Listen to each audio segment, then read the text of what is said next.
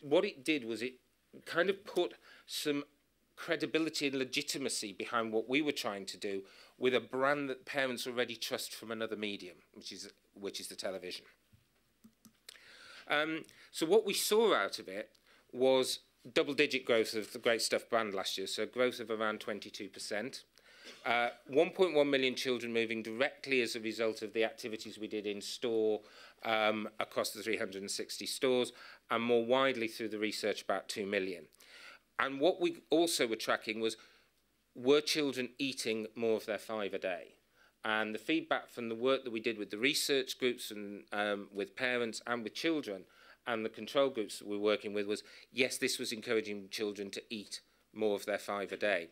And one of the things that's been important, and we're all behind on 5 a day, is we've got a bit of a disconnect, which sort of takes us into potentially into another area of discussion maybe, but we sell, as supermarkets in the UK, enough fruit and veg to suggest that everybody is eating 5 a day. But the work done by government agency WRAP, which is the Waste and Recycling Action Programme, says that something like 14 billion 5 a day portions of fruit and vegetables get thrown in the bin.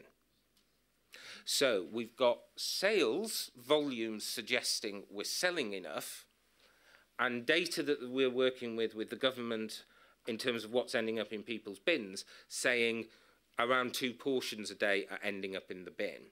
So anything that we can do that engages people to think about, and one of the things we've stopped doing was we don't do buy one, get one free on fruit and vegetables, because actually we think that may have been encouraging people to buy the volume.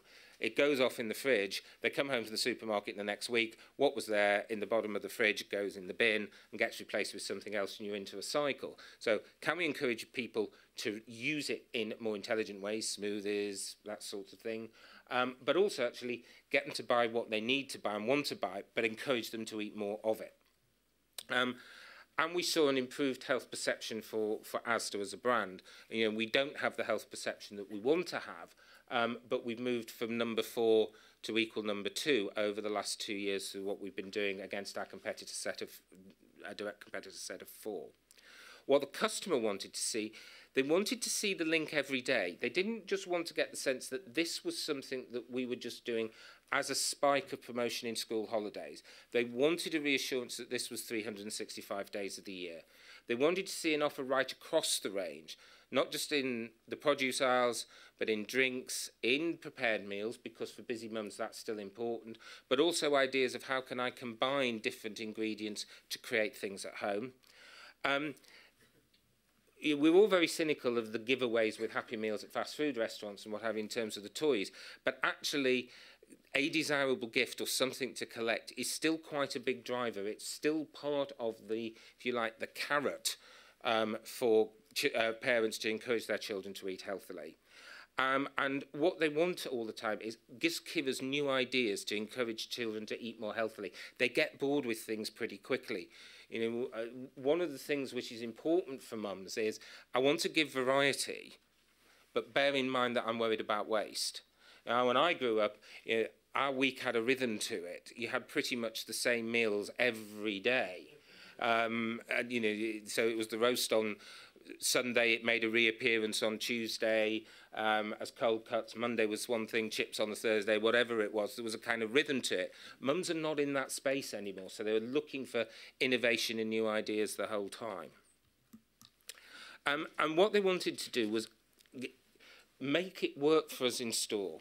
Encourage us and encourage our children to make the decisions. So give us a price message, but link it in, not just price, but also Great Stuff and Lazy Town, and put it next to the products that fit into that category. So don't just give me a price above something, but don't tell me it's Great Stuff or linked into Lazy Town. So make the point of sale work really hard to help me navigate around the store to make the selections. Informing, very, very important, whether it was online, whether it was the magazine, or whether it was press. Supporting it, that trying to give customers advice in store is really, really difficult. We find this an awful lot. They want to come in, do the shopping, get out.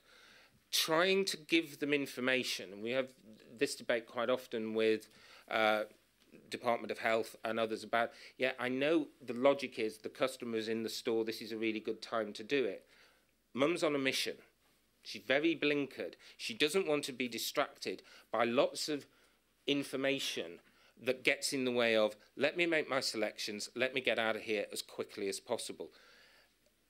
Give her clues to where she can go to get further information.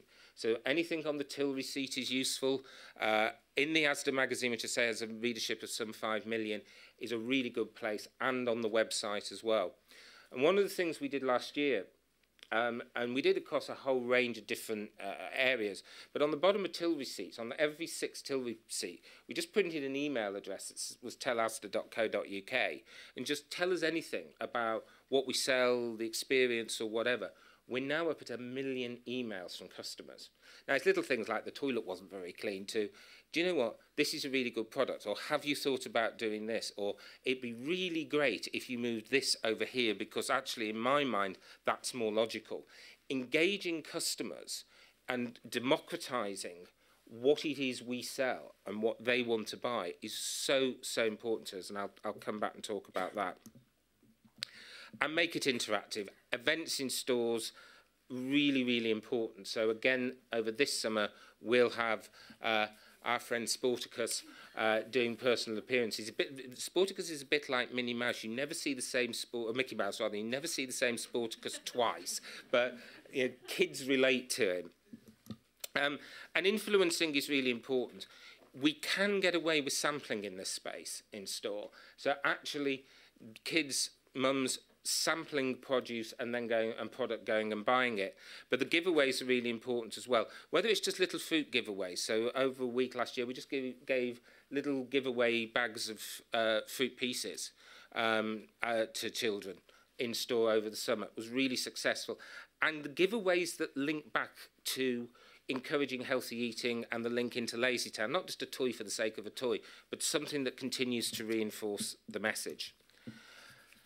So that's from the food side. The activity side is also really, really important to us. And I chair the Asda Foundation, which is our charitable foundation. One of the things that we're doing is putting a lot of effort into working with local communities around the whole area of how do we get kids active. And so there's a series of things we're doing there. One is the quick cricket tournament that we've been doing for the last 3 years, which is just a really simple way. It's kind of like beach cricket or the cricket you used to play on the in the garden at home, but encouraging a degree of competition between schools, between youth groups, that works through local, regional, up to national finals, is just getting more and more children involved in activity, girls and boys. Sporting Chance is something that we launched 2 years ago, which we're really proud of, but we need to take to the next level. And one of the things that we were getting feedback from mums in school holidays, particularly the summer school holidays, I just don't know what to do with the children. Yeah, it's too expensive to keep going out here, going out there, paying admissions. So we put together a package with private and public sector health and fitness providers to give children a free hour sports session in a local authority or private health club, whether that was swimming, whether that was hockey or badminton or just some floor exercises, whatever it was. I think we got great buy-in from the private sector health clubs, less good from some of the local authority ones. They said, yeah, we think it's a really good idea. We'll give you vouchers for 9 o'clock on a Monday night because that's our quietest time. Hey, guys, this is children. Others got the, yeah, this is really important because if we can get them into the facility once, then actually we get lots of opportunities to do things. And it's dead simple. There's no collection mechanism here.